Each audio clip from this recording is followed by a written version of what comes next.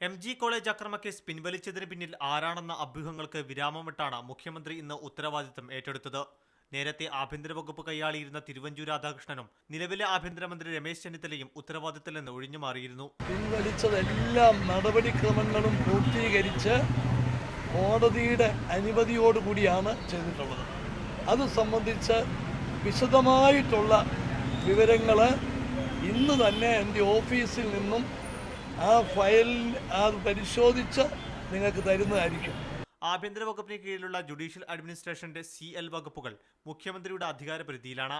ഇത് ഉപയോഗിച്ചാണ് കേസിൽ മുഖ്യമന്ത്രിയുടെ ഓഫീസിൽ ഇടപെട്ടത്. അതേസമയം ഈ അധികാരം നിലനിൽക്കെ തന്നെ കേസുകൾ പിൻവലിക്കാനുള്ള CRPC ചട്ടം 321 ഈ കേസിൽ ലംഘിക്കപ്പെട്ടു എന്ന ആരോപണവും ഉയരുന്നുണ്ട്. ഇത് സംബന്ധിച്ച് ഹൈക്കോടതിയും സുപ്രീം കോടതിയും ഓരോ ഉത്തരവുകൾ പുറപ്പെടുവിച്ചിരുന്നു. ഇതനുസരിച്ച് കേസ് പിൻവലിക്കാനുള്ള പബ്ലിക് പ്രോസിക്യൂട്ടറുടെ തീരുമാനം പൊതു താൽപര്യത്തെ മുൻനിർത്തിയായിരിക്കണം.